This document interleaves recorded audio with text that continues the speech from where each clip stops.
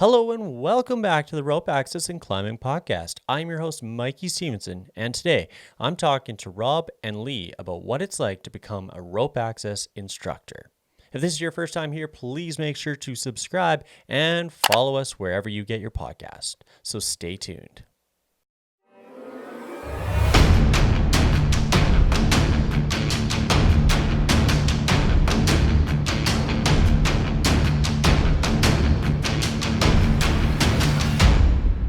Step into your harness and get ready for a podcast about the vertical world. All right, well, so let's dive into today's episode here. I am joined with Leigh and Rob from Australia. And correct me if I'm wrong, you are in Australia right now, not New Zealand? Yep, we're in Australia. Yep, we're landlocked in Australia at the moment with COVID, so we're going nowhere. There you go. So I guess we'll dive into introductions and then get this episode underway. So Leigh, do you mind starting out? Leigh Greenwood, IRATA level 3, owner of Fifth Point Australia and in New Zealand. Instructor, everything's IRATA with me. So instructor, assessor, auditor, member of the training committee for IRATA, member of the executive committee for IRATA. So I'm a director of IRATA, but today I'll be speaking as Leigh Greenwood, not as IRATA. So it will be my opinion rather than anything to do with the association that I'm involved in. Excellent. Rob? Rob Lucking. I'm from New Zealand, but been in Australia for about 18 months now. Started working in IRATA, level 1, now level 2, since I got to Australia after a bit of rock climbing and guiding for the past few years previously. Awesome. Sounds good. So I guess we'll start this here with Leigh, as you are the owner-operator of Fifth Point. I've heard a lot of great things about Fifth Point here overseas, here in North America. I've worked with and trained with a couple people that have trained with you down in either New Zealand or Australia. So it's actually a pleasure to have this opportunity to chat with you. So I guess, how many locations do you operate or oversee right now? So training centres, we've got our main one in Sydney, which has been around for 18 odd years, something like that now, 18, 19 years. And then I have one in Wellington in New Zealand that's been running for about 10 years. And then about 2.5 years ago, we also opened up in Auckland in New Zealand. So that's sort of Wellington being the capital, but Auckland being the big city. It's a lot bigger than Wellington. So we've got those two locations. And we also run courses a bit more ad hoc up on the Gold Coast in Queensland. But with COVID and borders being closed in Australia at the moment, that's sort of been put on hold a little bit at the moment. But so 3 main ones and then 4 when life's normal. So that's where we're running at the moment. Awesome. And with all these facilities, how many instructors are you overseeing currently, roughly? 15, 16 instructors coming in. Most of the guys that I use they're still active in the industry, whether they're working gas and oil, working around town, and if they're on swings, 2 and 2s, things like that, I put them in when they're available and things like that. So there's 15, 16 guys and girls that I use, various experience, and I seem to train them up. They become instructors, they then become assessors, and then I don't use them as instructors anymore and I start using them as assessors. So that seems to be a model that I've had over the last sort of 15 years. Yeah, absolutely. And how does Rob here, one of your newer instructors, obviously, over time, how does he match up to your standards? And like, obviously, he's level 2, so he's in his learning stages, and part of the reason why he's here today is kind of shine some light on what the perspective of training is. But how's he doing so far? He's standing right here. Yeah, you can see.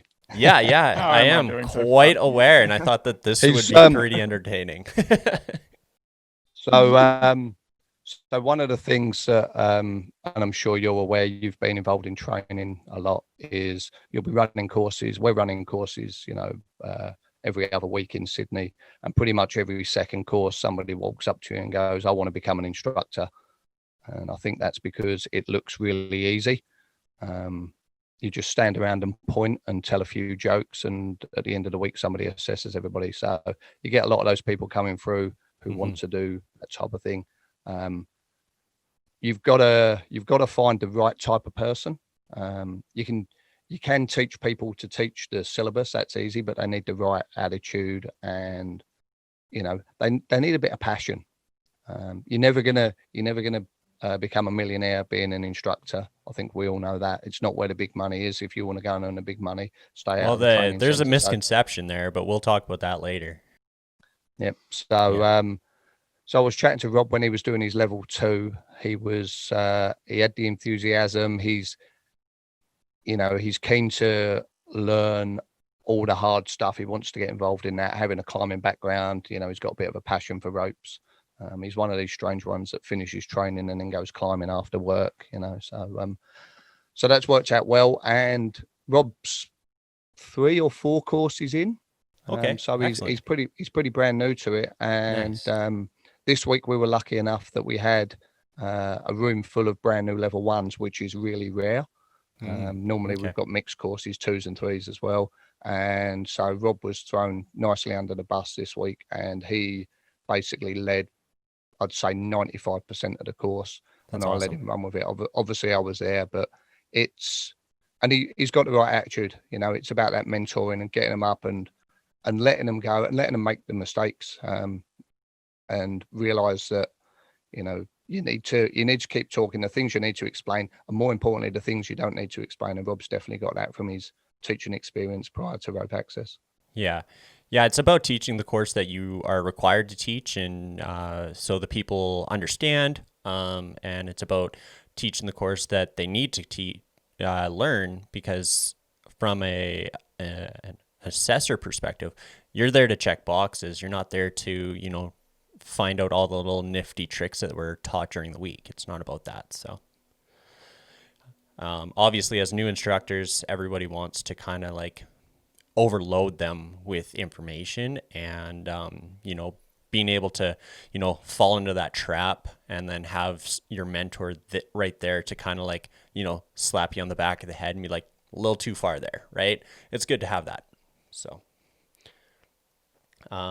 awesome.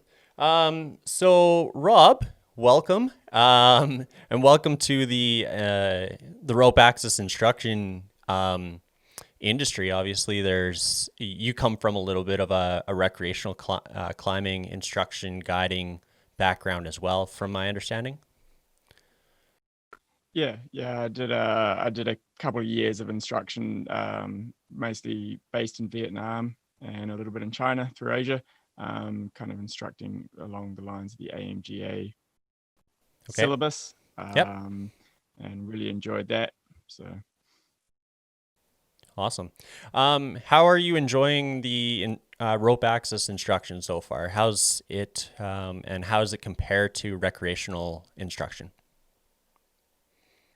Yeah, look, I really enjoy it. I really enjoy the teaching the technical side of things. Even in the recreational part, I think I enjoyed more so teaching the technical rope work abilities than the actual how do you climb a rock face. And so coming into rope access is keeping all the technical stuff and getting rid of all the move your feet and move your arms and all those things that is a little bit less required for rope access. So I really enjoy this side of things. Yeah. Obviously, there's still obviously technique involved to be proficient and safe when it comes to rope access instruction and teaching. But, obviously you're dealing with kind of different dynamics and different movements.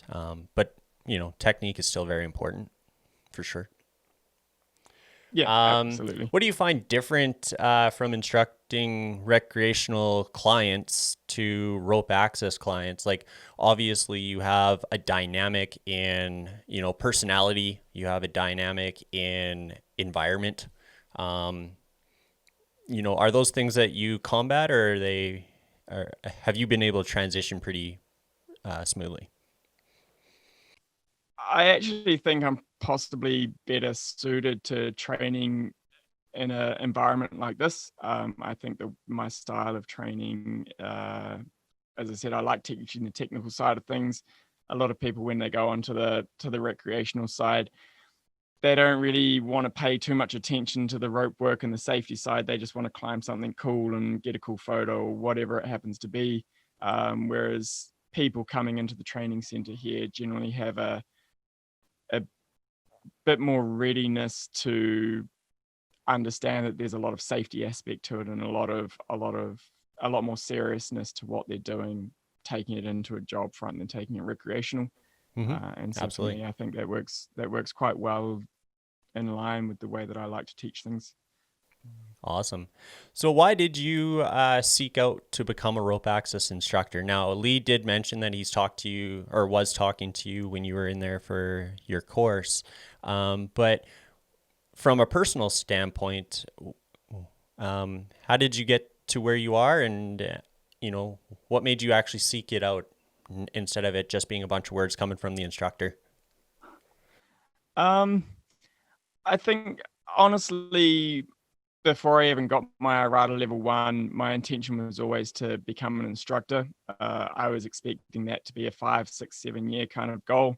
It happened a lot quicker than I was expecting, but it's always been a goal of mine. I enjoy teaching people.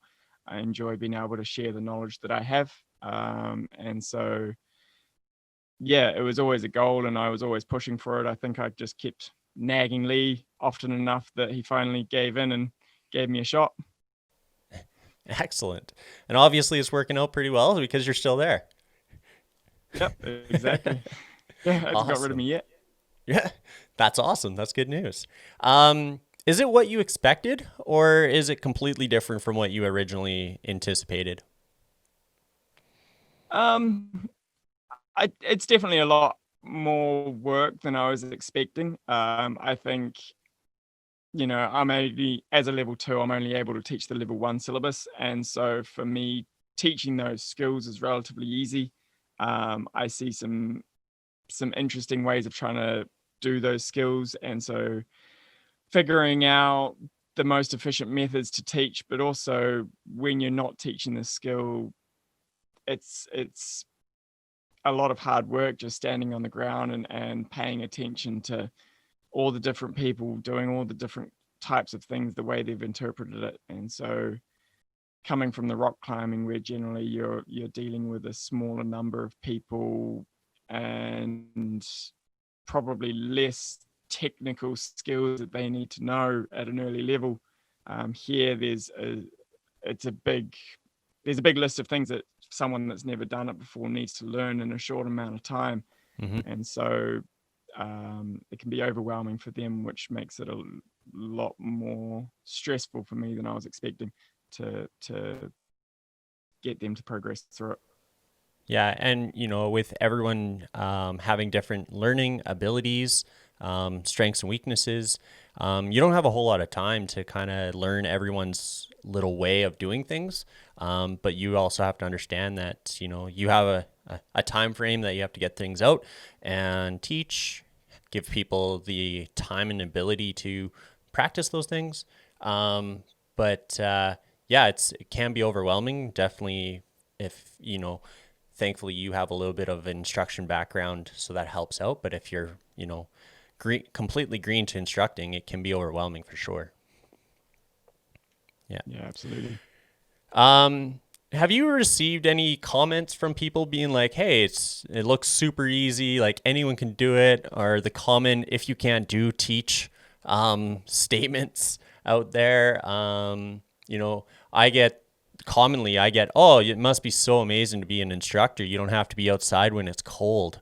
Obviously we have a lot of snow here. I actually have no idea how much snow you get there or if you get anything, but yeah, so that's the big thing. Obviously up in northern Canada, daytime highs minus 40 degrees Celsius, and people are like, oh, you're so lucky, you get to stay inside, it's great.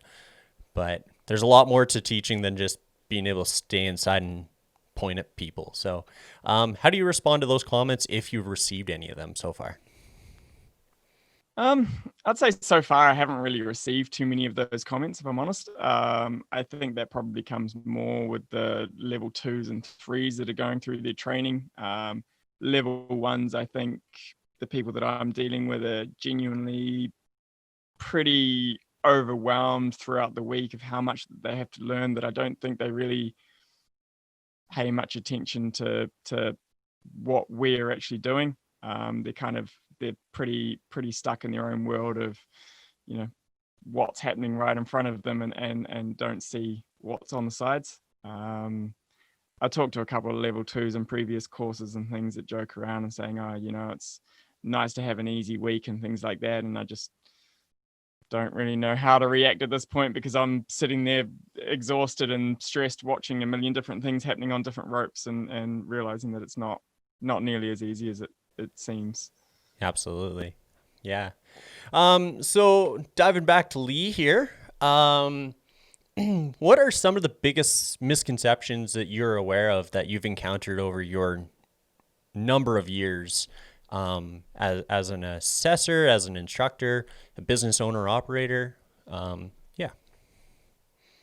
So what are we talking about, the instructional side? With that, I find people walk in, and I know Rob has spoken to Victoria, who runs the office and all that side, when he did his first couple of courses, and he went up there and he's like, I can't believe how hard this is.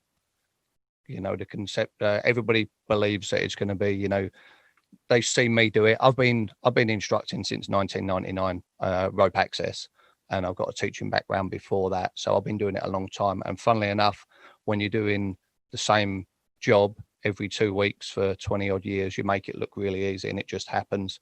And people think that they're going to walk in and be able to do that. This is what I do for a job. And people always think it's easy. It's standing around. We don't get much snow down here, but we did have the air conditioning on yesterday, so we've got an air conditioned training centre. So where the other side of the thing, people are like, oh wow, you get to stay inside in the air conditioning. So touche, that's yeah, pretty good. With the assessing side, it's the same thing. Instructors, they want to become assessors. That sort of, they see that as the next step for them to move forward. Having been involved in IRATA for a long time, I've been involved in a lot of assessors courses, and you get people coming in. I've run courses over in North America and like all over the world, and they come in and they think, because they've seen assessors do their job, they think they know how to do it. And I think it's the same with level 3, seeing instructors do their job. Oh, I know how to do that. It's really easy.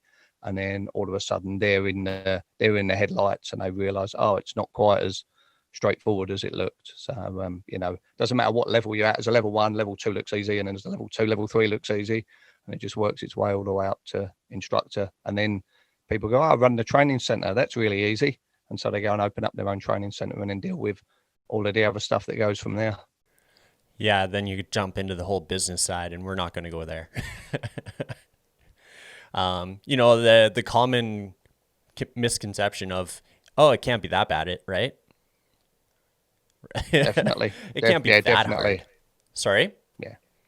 Definitely, it's everybody. It's never going to be hard, because you don't have to get. You need to remember that all these guys spend their days hanging around on ropes, actually doing manual labor, and then they see instructors. They do about 7 or 8 demos during the whole week for a level 1 course, and they spend maybe 40 minutes actually on the ropes in the whole week, but doing the demos, and then the rest of the time they're just standing around. So yeah, but they don't sort of realize what's going on. But people only see the course that they're on, and they're busy doing their thing, while the instructor's planning, working out what he needs to do next. Another thing that a lot of people don't realize, we get it a lot down here, and I know in North America, more down in the Gulf region, language barriers. huge. So this week, for example, there's 8 people in. Most of them are Aussies this week, but we've got 3 languages. We've got some Brazilians, we've got some Colombians in as well. So we're dealing with English as second or third or sometimes fourth language.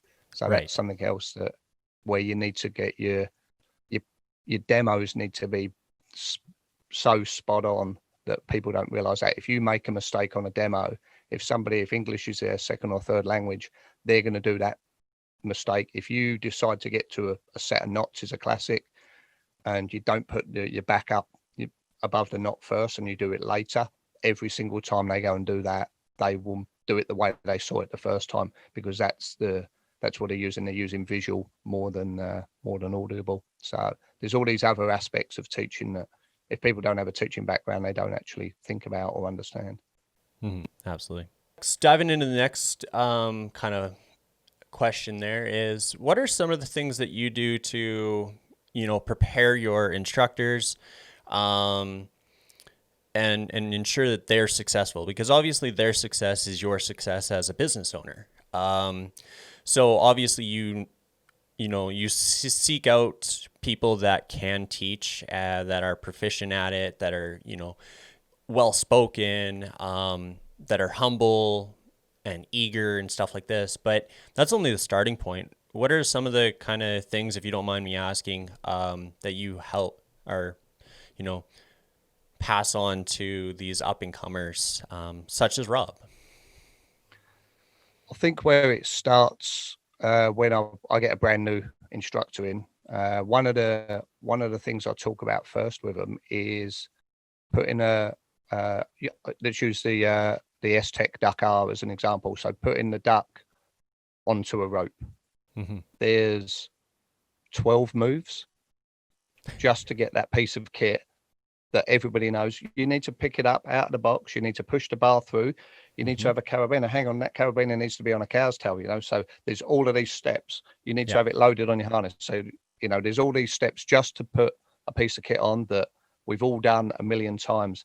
And now you need to give that to somebody who's never touched it before, and it's got an aggressive spring in it, and it's going to fly across the room if they don't do it correctly, and all of these things. So to me, that sort of explains rope access really well, that break it down into the steps that every move is, even all the basic stuff. And that's where I start, loading an ID, loading a rig, whatever it might be. And now we're getting all these other devices that are loading the other way around with the Sirius and the clutch and all of this and the lorry. So now we're throwing extra things in there that you need to be aware of, and making sure that, all of a sudden there's 6 or 8 or however many people, making sure that they've done it correctly, because they're all doing it at different speeds and constantly putting it on and off. I'm a big believer in, and I know I've been following your podcast for a while. We've chatted quite a lot over the last few months. Absolutely. The mentoring thing. Huge. I believe there's not enough of it in IRATA training. I'm pushing that we need to get more mentoring. People need to be shown how to teach. You can't just grab a level 3, throw them in a room with 4 level 1s and say, run a course, which does happen. There's nothing stopping them either. No, there's right? not. Yeah. So no, there's not. And I don't believe, where, I'm just talking IRATA here. IRATA's heading towards ISO 17024.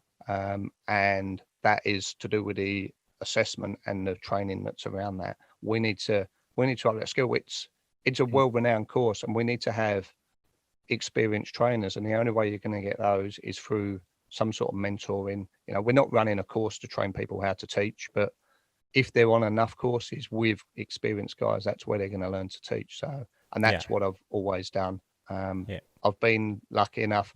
I did some maths when you asked about the numbers of instructors.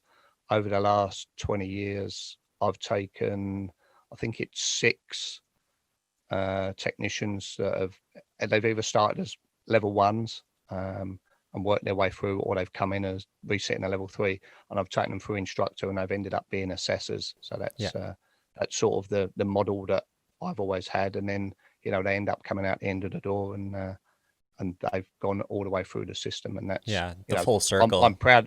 Yeah, I'm proud of the fact that I've helped produce these people for our industry, which is what we need. Absolutely.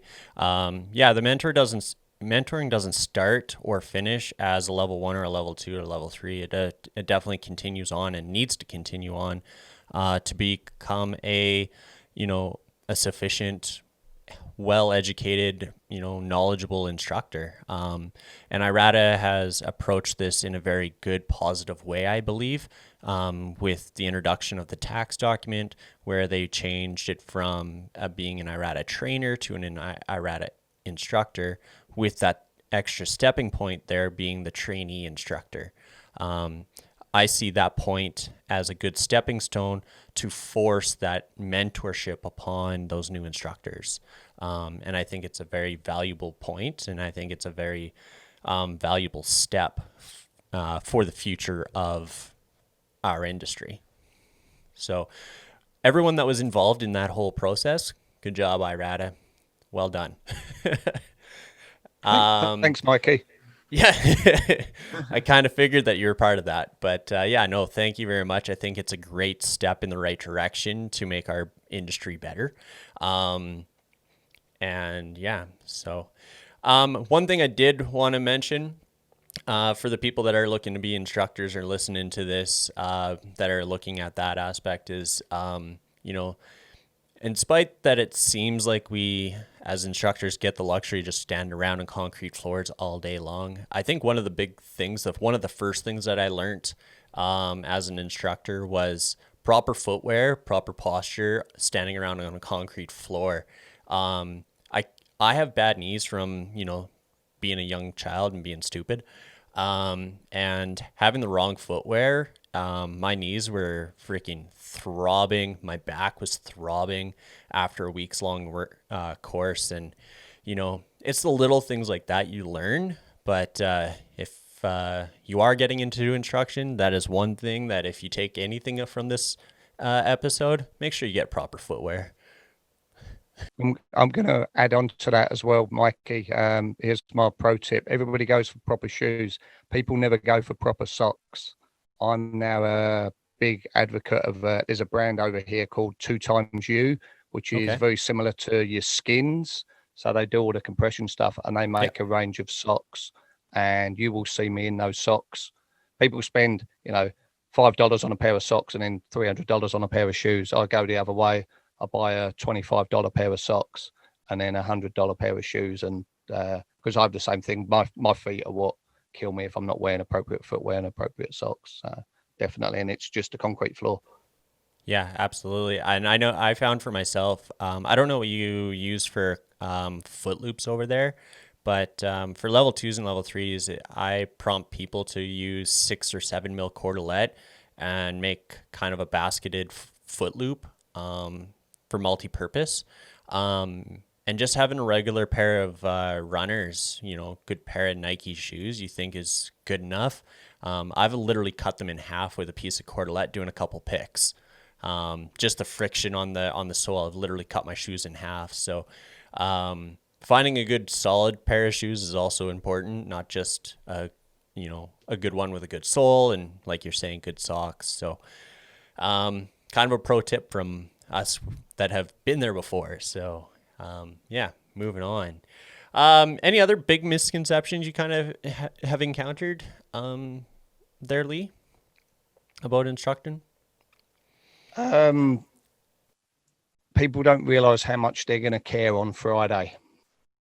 Yeah, it comes to Friday, you've spent 4 days, 5 days, depending on the length of the course, with these individuals.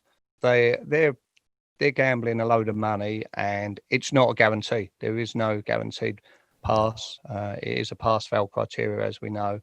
And it's interesting watching new instructors, especially when they've run their first course all on their own. There's been nobody else there, and I think I've got wear marks in my training center where they've been pacing backwards and forwards for days. Some of my instructors, I have to give them a list of jobs just to distract them, because and every time somebody does something wrong, you can see the panic on their face, and they take it personally. It's a personal hit on their professionalism, on their skill as an instructor, as a level 3 and all of that. I think the number is about 50. That's when I don't say you don't care anymore, but once you've trained about 50, you realize that it's not your fault.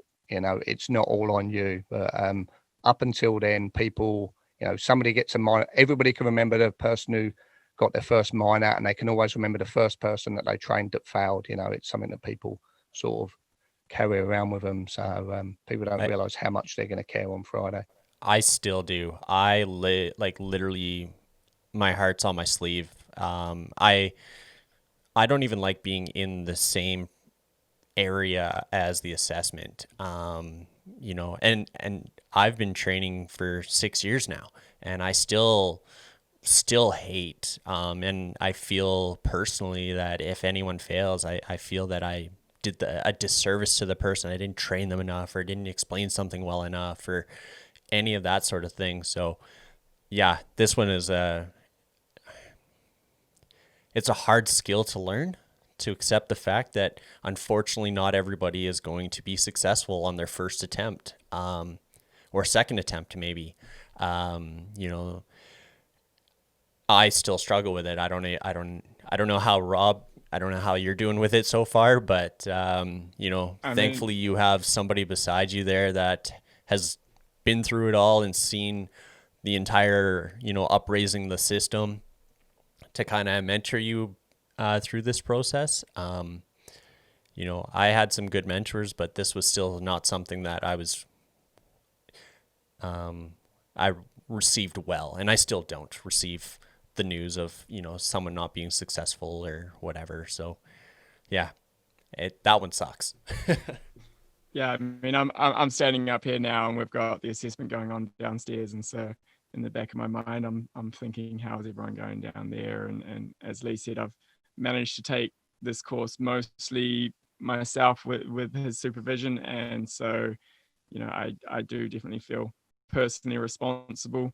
I think last night I'm probably almost more stressed last night for them than I am when I was doing my personal assessments of my 1s and 2s, because, you know, if I fail, that's one person, but there's 8 people out there today that any one of them could make a mistake, and then is it them making a mistake and having a brain fart, or is it that I didn't show the right things or explain it the right way for them to understand? So definitely I've not got to the point yet where I can relax. So yes, absolutely. I don't know about you guys, but here, for the organization I train, it's all screw gates. I don't know what it's like there, but you know, from the organization standpoint, it's like, nope, this is a basic skill. Everyone needs to have the, you know, the forethought and the be cautious, have to lock the carabiner, have to be aware of the carabiner, whatever else. But the hardest thing is when you start seeing guys and gals come in that work in the field, and there are no screw gates where we work. It's all auto locking, double, triple action carabiners. And, you know, the first time that they seen a screw gate, excluding, you know, going to, you know, the gear shop and seeing, oh, look at this thing or whatever, you know, the first time is when they step into this course, and all of a sudden they're just like, man, just crippling when you're like, carabiners open. It's just a repetitive thing. I don't know what it's like for you there, if you're using screw gates. From your head nod there, I feel that you probably are using screw gates in training.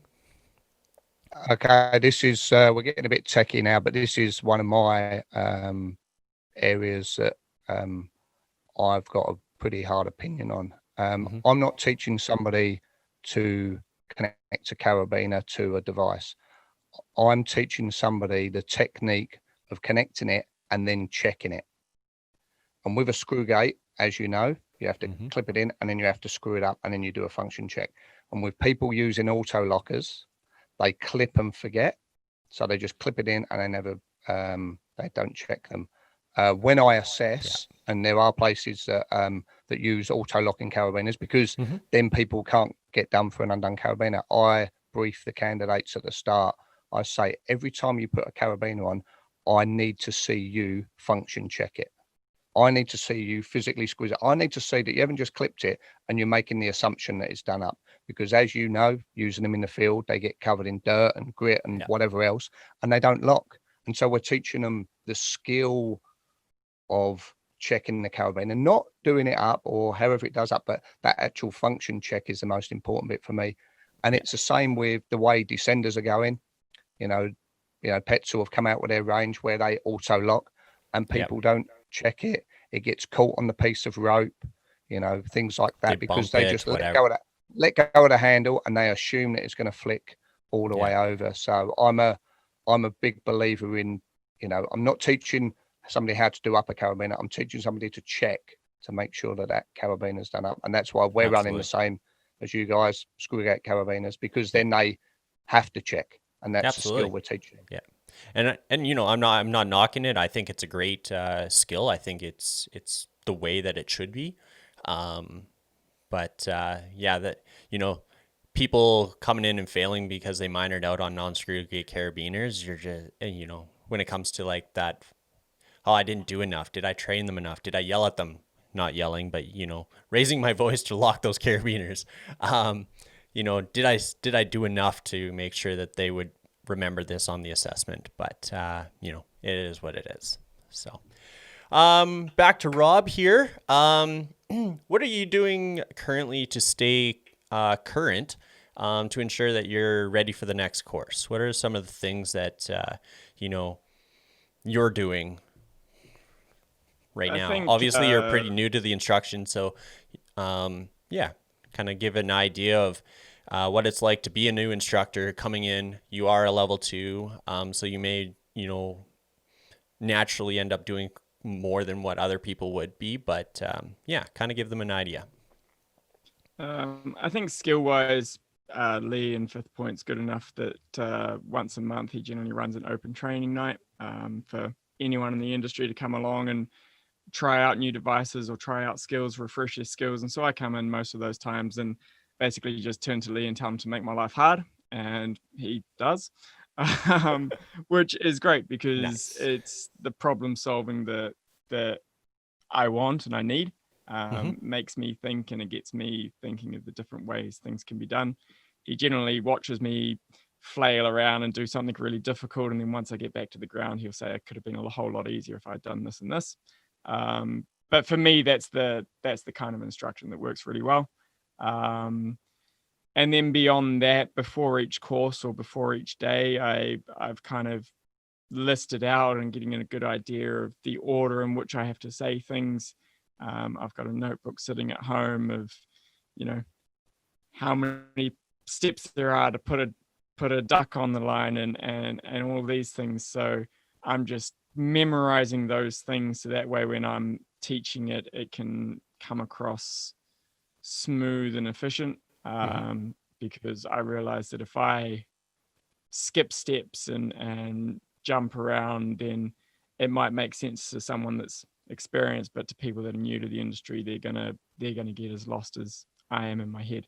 So I think I pay a lot of attention to that each day or each morning before I come in, and then just try and make sure that when I'm not here, I'm training up. When I'm out on site, I'm doing things to perfection that keeps me in the right frame of mind for what needs to be taught here. Yeah. So basically what you're saying is, it doesn't stop at the door of the training center. Your education to better yourself, to become a better instructor, is continuous. It's not, I walk out, I come back in on Monday, there's a new course, and I'm going to start over again. And it's just, a Monday to Friday, 9 to 5 kind of job. No, I think it's definitely something that I'm pursuing to do day in, day out when I'm working out on site. I'm making sure that things are done to the same standard that I'm teaching. Part of that is making sure that, obviously they're there for a reason, they're there for the safety. And also part of it is if some of these people that I'm teaching happen to see what I'm doing on site, I need to be showing that I'm doing what I'm teaching. And I think it's the list goes on, and I'm always one to be doing things better and bettering myself to be the best that I can be, and that's going to help teach others the best way to do things. Absolutely. And like you pretty much touched on it, but like when you're in the field working, people know that you're teaching for an organization. You are a representative of that company as an instructor. You're held to a little bit higher standard. You will turn into that person where people kind of flutter to ask questions and get information. So it's, continuously educating yourself is super beneficial. Leigh, I don't know what your opinion is to that, but that's kind of how I look at it when I'm in the field. I'm not just a level 3 in the field. You're kind of held to a higher standard from, especially the level 1s. They look up to you and kind of like, if I have a question, I can't, talk to my level 3 because, he or she is maybe not the most approachable. I do find that people do flutter to me more frequently. I don't know how that is for you, Leigh, when you're, I don't know how much operation work that you do, but I know you've definitely been through it. So Yeah, the question I get asked the most, do you actually work for a living, Leigh, or do you just hang around in a training centre? I'm still current. Once we finish up here, I'm out to look at a job that's happening next Monday, Tuesday, that I'll be on. And when I'm out on site, that's the problem. Everybody's got a phone in their pocket, haven't they? And that's got a camera attached to it. Imagine if I'm the guy who doesn't have, to talk about your latest, one of your latest episodes, don't have the appropriate rope protection. I'm doing a rope to rope transfer over 6 meters and I've only got 3 points, whatever it might be. I know that as soon as I do something like that on site, somebody's going to take a photo of it. So I've got to do it all right, which is quite easy for me because that's what I want to do anyway. So that's not a problem. absolutely. I'm very open with everybody who comes in on the course. So because I'm not out on site with everybody all the time, I just tell them to take a photo, FaceTime me, phone me up. If you've got a question, if you're unsure about something and somebody is telling you something, just phone me up. I might not, take some photos, send them over to me. I'm happy to get involved. I've had people that have said to their boss, I'm not getting over there, you go over there. And then the boss says that he's not going to do it as well, because obviously he realizes that, it's not as good as it could be. But you've got to be a brave person to, when you're a level 1, to do that with your boss who pays your bills. But having other people like yourself, like myself, who you can go to and ask advice, just so, their gut's telling them it's wrong, they can have that conversation and definitely do that. But I'm, it's what I do. It's what I've always done, whether I'm on site or, which is, I'm out on site, I'm still teaching. I'll rig 4 sets of ropes while somebody else rigs 1, and I'll rig them in 4 different ways just to be able to teach that person something. That's where the mentoring should be happening every day with level 3s, working with level 1s and 2s, rather than keeping all the secrets to themselves. That's why there's 1,000 hours and 12 months. That's where you're supposed to learn. Absolutely. And just because you're a level 3 doesn't mean you know everything, and you can definitely, relay information from one person to another person. So, all right, back to Rob here. How has being a recreational guide instructor helped you be a better rope access instructor currently? I think especially as I was guiding in Asia, it kind of led to most people coming and doing courses with me were tourists. They were coming from different countries, which, as Leigh touched on earlier, it brings a whole lot of different nationalities, different languages, and every country, every nationality seems to have kind of a slightly different way of their schooling system has taught them how to learn. So I like to think that it's helped me understand that there's more than one way to teach things. There's more to teaching than just verbal, because sometimes verbal is not going to be the most successful. And so part of it maybe didn't help, in a sense that obviously from recreational rock climbing, I realized when I did my level 1s, there's a lot of things that we do in Irada that you would, or there's a lot of things we do in recreation that you would never get away with when you bring it into the industry, single ropes and swinging around against rock faces with no rope protection and things. So I think just as much as it helped, it possibly there was more of a mindset that I had to change, of just that extra level of safety that needs to be applied into the rope access, into the industry. But yeah, having dealt with many nationalities and many different people's learning styles, is probably one that helped me the most. Yeah. Like you said, the mindset, that was definitely one of the hardest things that I had to combat, both getting into rope access, but as a instructor as well, as that mindset. You know, as a recreational climber, guide, instructor, you know, your risk tolerance is much greater. You know, your acceptable risk is there, where it's not so much in rope access. But being able to switch that light switch on, if you will, of like, hey, I'm a professional climber. Hey, I'm a rock climber. That was probably one of the hardest things for me to combat, going up from the levels, or coming up through the levels. So how's it been for you, transitioning that mindset? Yeah, I mean, look, I'm still learning things. It's definitely been an adjustment, especially early on. I think early on I kind of felt like, after probably getting away and getting lucky with a lot of things that I was doing with my recreational climbing,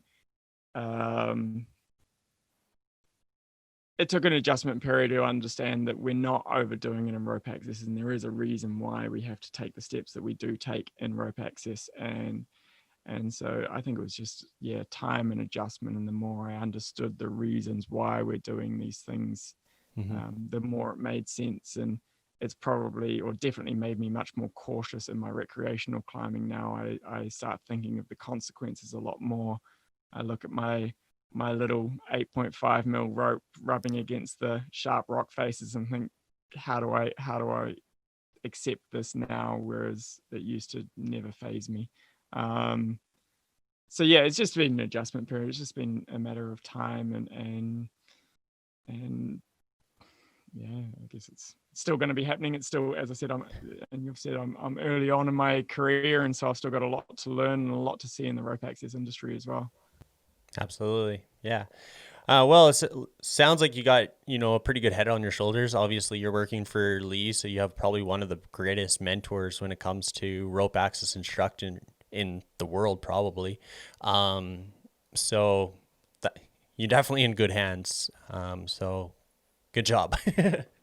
Yeah, I'm really excited to see where it comes from here. Yeah. Thanks, Mikey. I'm not used to compliments like that, but thank you. Well, you know, I think the first time I met you was in Brazil, and had some pretty good conversations with you there in Brazil. And ever since, it's actually really good to, you know, understand. And, you know, obviously being here in North America, being in the positions that I've been and trained the people that I've trained, you kind of get, you know, honed into this one. Okay, this is acceptable. This is how it's happening here.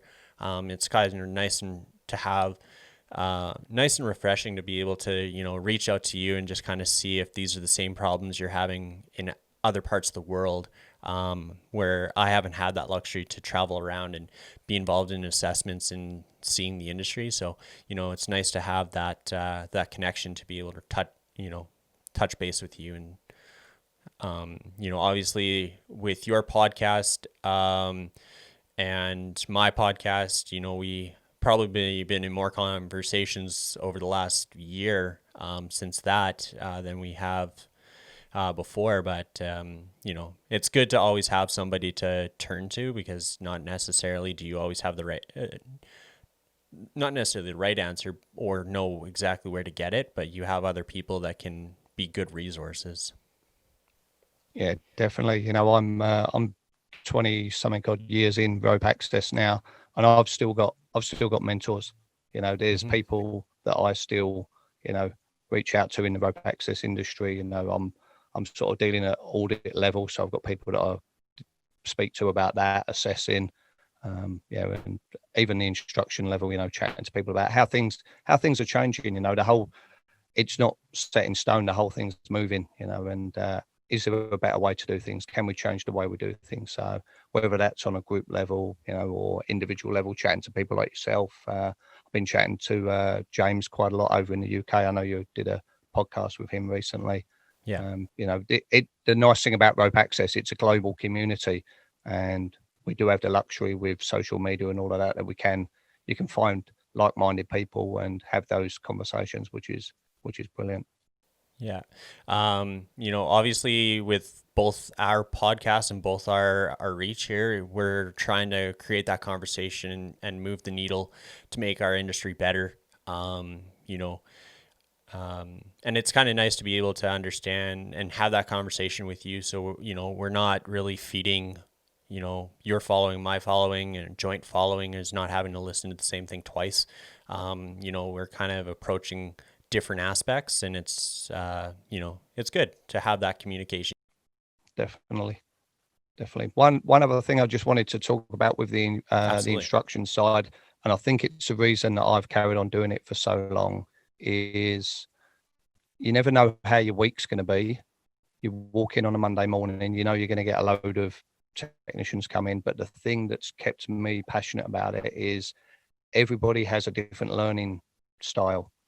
A lot of people, and I'm sure it's the same in North America for you, a lot of people who walk into our training center. So stats in Australia, they reckon that 50% of the population has some sort of learning difficulty, whether it's, they're on some spectrum somewhere, ADHD, autism, not on the extreme ends, dyslexia, all of this thing.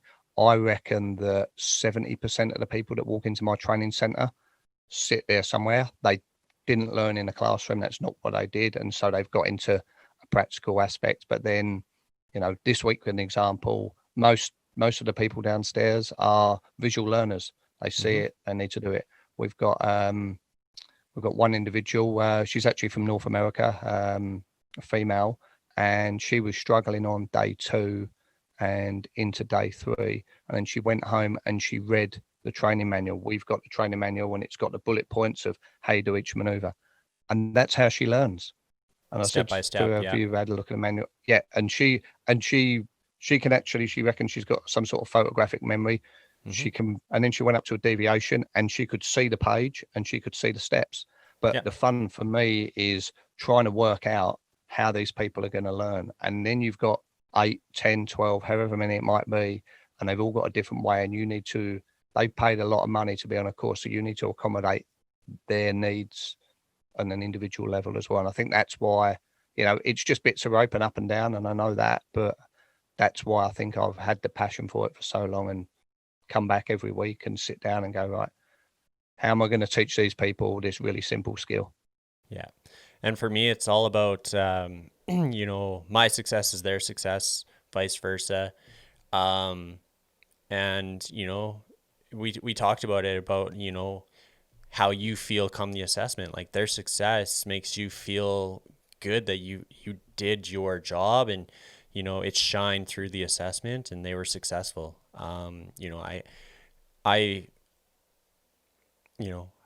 That's kind of where I'm at, is like, I like to see people succeed, and I'm going to do everything I can to ensure that they have the best opportunity come that assessment.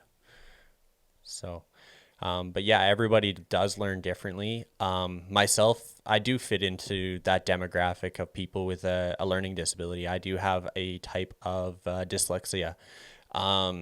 So, I understand, and maybe that's why I'm a little bit more empathetic to people that have some sort of a learning disability, is the fact that I've been thrown to the wolves before, and I know what that feeling is like, and I won't pass that on to somebody else. I don't wish that upon anyone to feel that way. So, I have that kind of connection to somebody that does, suffer from some sort of a learning disability. You're bringing that empathy into it, which is not something that people think about when you're thinking about rope access. You're talking about everybody, you're doing your best in your ability for everybody to pass. Question I always get asked as an assessor is, people say, "Oh, how many people have you failed?" I don't have that number. The number that I have that keeps me up at night is the ones that have passed that I should have failed. They've got through, and there wasn't something that I could fail them on, but in my heart, in my gut, I was like, this girl shouldn't be going out there. But you don't have, they've ticked the boxes, but you're just there with your gut going, oh yeah, I'm not sure. So that's sort of the other side of it. And I'm not sure if you've been there, Mikey, where you're on a course and you've told somebody, don't go for the assessment, come and have some more training.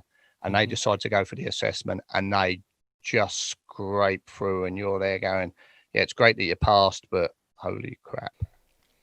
Yeah, I could add on to that story. I definitely have had we've all seen people in training where, they are struggling a little more than other people. You put in extra time, or I put in extra time to bring them up to the level that I'm comfortable with them going into the field. I have that conversation with them, is like, a problem here at 23, 24 feet is a problem. And for us to get you down is pretty minimal. Let's be realistic. Like 23, 24 feet, that's not very tall. Okay. A problem at 300 feet is a massive, massive problem. And so I try to have that conversation with them. Are you comfortable going to work on Monday? Are you comfortable with your current skill set to test? And if you pass tomorrow, are you going to be competent? Yes, technically you check the boxes, you are competent, but are you going to be comfortable to go to work on Monday and feel that you're competent to be safe out there?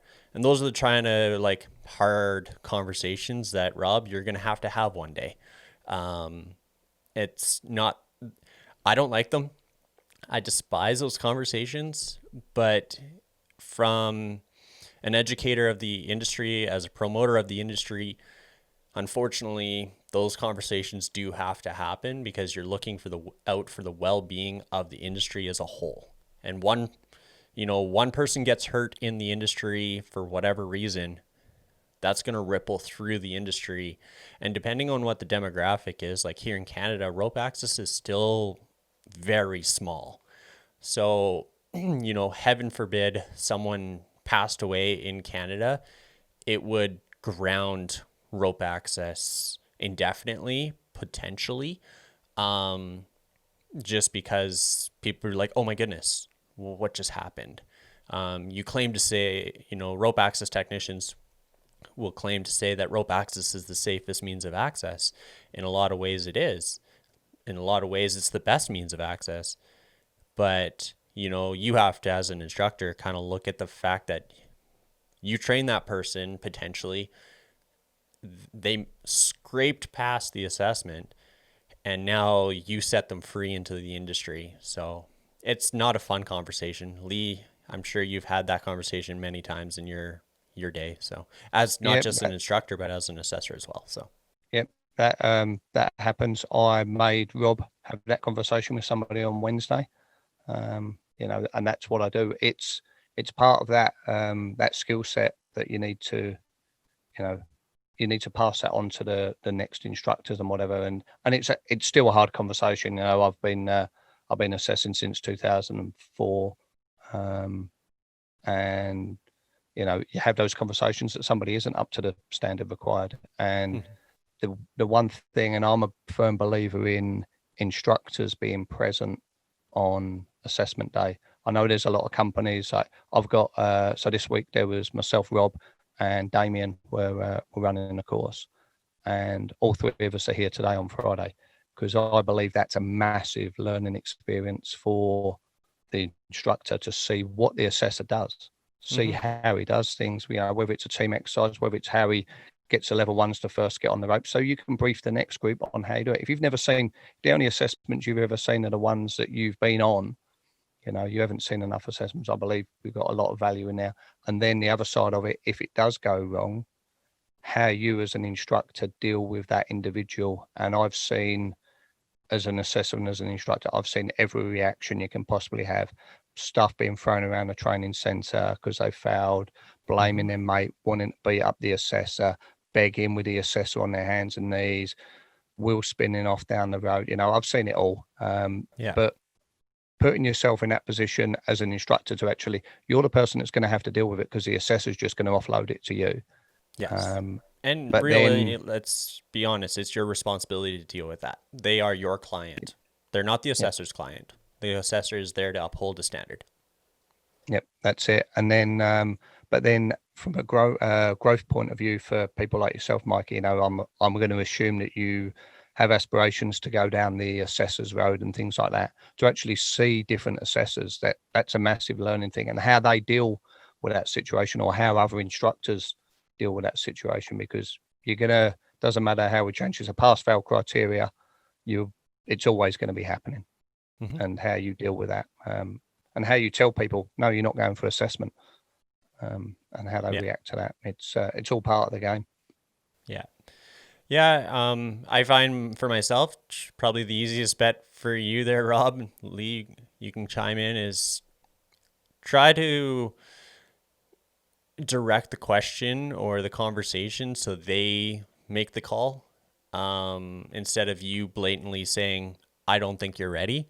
Mold the conversation so they see where, they are lacking the skills. Let's be honest, we are humans. Um, so, if they are not picking it up as quick as, someone else in the course, they've already done a self-assessment. They already understand where they stand, and they've already graded themselves from this person's the best in the class to where I'm sitting, and they've already kind of done that math and they've already analyzed it. So just, have empathy with them, and just emphasize with them that it's okay. Some people need a little extra time, but try to make them admit to it instead of you just blatantly be like, it's not for you or you're not ready. So yeah, Yeah, that's kind of I me to you. So I use the how do you think? Yeah, how do you think you're progressing? How do you think you're going? And then I ask them. I already know where their low points are.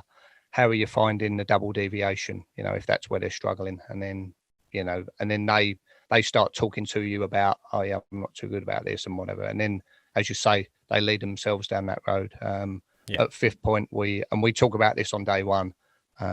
Our artist says you need a minimum of 4 days training and 1 day assessment. Some it's a people need minimum. 5, 6. Some people need 20 days training.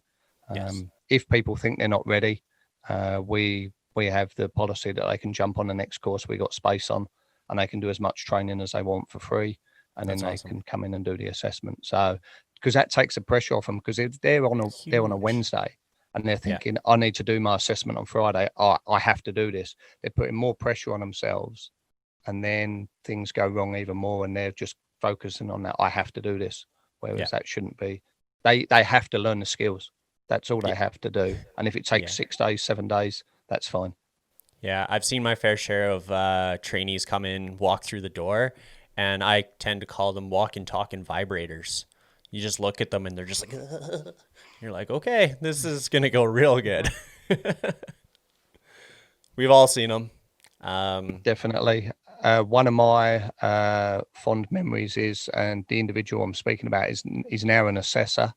He was the first, this is way back in the early 2000s, he was the first level 3 at the company that he worked for. So he'd got his level 3, and he was the man. Everything went through him. He was, Mm-hmm. it wasn't his company, but he was a guy everything went through. He was in charge, and he came back in for his level 3 reset. And so it's his first reset. And so he's been walking the walk for 3 years. Yeah. And he went through the course and it was all good and he was fine. And on the Friday, he came walking in and he was as white as those ropes are behind you. He had just realized that he now had to he had to talk the talk as well and walk the walk. He had to do it all in this Mm-hmm. one day. And if it went wrong, he was going to have to go back to all these people that he'd been telling for 3 years how to do everything. Oh yeah, I'm no longer a level 3. So Yeah. people put a lot of pressure on themselves as well. Yeah. I don't know how it is for, in like foreign workers for you in Australia, but here in Canada, obviously, it's not as bad as it was in 5 years ago. But we had to bring in a lot of level threes to Canada because we just such a small market. We don't have the level threes for the the number of technicians that we could potentially put to work. We have more work than we have level threes. Obviously, that's changed over the last 5 years, but there are still some, foreign workers here working on off visas, but they're sponsored. And man, the amount of stress that it's like you staying in the country relies on you being a level three. You fail, you get deported. And it's just like a massive slap to the face. Like if you fail, you are on a plane out of the country, bye-bye. And it's just like, wow. I don't wish that feeling on anybody, but it's happened. I know that feeling every time I have to go for my resit. If I fail it, I'm no longer an instructor. I'm no longer an assessor. I'm no longer a level three. I've got all my eggs in that one basket, but all I need to do is perform on that one day. I'm lucky enough that I hang around in the training centre long enough that my skills should be of the right standard. But I know that pressure. I still have to do it every 3 years. Walk in there and walk the walk. Yeah, absolutely. And all it takes is one silly little brain fart. As an instructor, it doesn't matter. Like you can have a brain fart on an assessment just as much as anybody else. We're only human. So, Rob, you don't get a free pass. I'm sorry. Yep. Yeah. I've seen it happen, and Yeah. just keeping calm and keeping everything going, because the same, even for me, I'm not nearly in the industry as long as you guys, but as soon as I've started being a trainee instructor and things like that, there's going to be that added pressure on me by myself and by everyone that I work with, that there's kind of this expectation that it's all going to be easy, and it's not. It comes down to one day every 3 years that's going to be just as much stress for everyone doing it. Yeah, absolutely. Cool. All right. Well, that's all I have for today. So Leigh, let's start out with you. Where can people track you down? What's the name of the podcast? How can people track you down there? And where can people find you on social media? So the podcast is Rope Access Tips, Tricks and Chats. You can find that everywhere. You can find Mikey with his. Been going for, what have I got? I'm about 40 episodes in, coming out once a week every Tuesday. With that one, the big one for me is I'm working on my network. I'm pulling all the old guys out and I'm doing interviews with people. So if you want to find out about how rope access was back in the 80s and where people have been, that's a big part of that, with some tips and some tricks as well thrown in there in between. fifthpoint.com.au or fifthpoint.com, you can find the company, and my details are on there. I'm on Facebook. I'm on all the standard places, but if anybody wants to reach out, rattac.net is the website for the podcast as well. So yeah, if anybody wants to chat to me, definitely reach out. Always great to have a chat about ropes. Sounds good. And I'll definitely, if you're watching this on YouTube, I will put all these links in the description below. Rob, where can people track you down? Yeah, I'm not quite as known as anyone else. I've got my Facebook and things like that. But as far as the industry goes, I guess I'm still starting out, and so people will slowly start to keep a track of me and keep in contact with me as time goes on. But you can find me on Facebook. And yeah, we'll see how the industry treats me over the coming years. Well, if you treat it well, it'll treat you well. That's the plan. Yeah, awesome. All right. Well, thank you very much. Leigh, is there anything else you'd like to touch on before we end this? Or Rob? I'd just like to say to you, Mikey, thanks for stepping up and putting yourself above the parapet, doing what you're doing with the podcast, with the acceptable, unacceptable. That gets some traffic, doesn't it? Holy shimoly. But it's great. It's getting people talking. I know we both sort of started running down this podcast, and you were with a YouTube as well, before COVID kicked in, and then it gave us something to do whilst there was a pandemic going on, which is awesome. It's great that we're doing it. We sort of all jumped on this similar bandwagon at the same time, which was a bit crazy. And yeah, good luck with it. I hope it just keeps growing and growing, mate. Well done. Yeah, same. Right back at you. I hope yours is doing well. Your podcast there. Some great conversations there on his podcast with some of the original 500. So if you're ever interested in some of those conversations, make sure to head over to his platform and check out those interviews. And Rob, enjoy being an instructor. Thank you very much. It's going to be a fun road ahead of me, and I look forward to see where it takes me. Hopefully we can meet up somewhere someday when we can actually get out of our countries. Yeah, after this whole pandemic or whatever they want to call it happens or kind of levels out. But yeah, stay humble, keep your head above water, and you'll do fine. You got a great mentor, so. Sure do. Thank you. Thanks, Mikey. All right. Well, thank you very much, guys, and have a good one. You too. All right. Well, thank you very much for tuning into today's episode. I had a great chat with Rob and Leigh about this subject, and I hope that you enjoyed it. Let me know what you thought about it in the comments below. Make sure to like this video if you're watching this on YouTube. Subscribe to the channel if you haven't already. Hit the bell for notifications as I put new content out every Sunday, and I'll see you on the next one.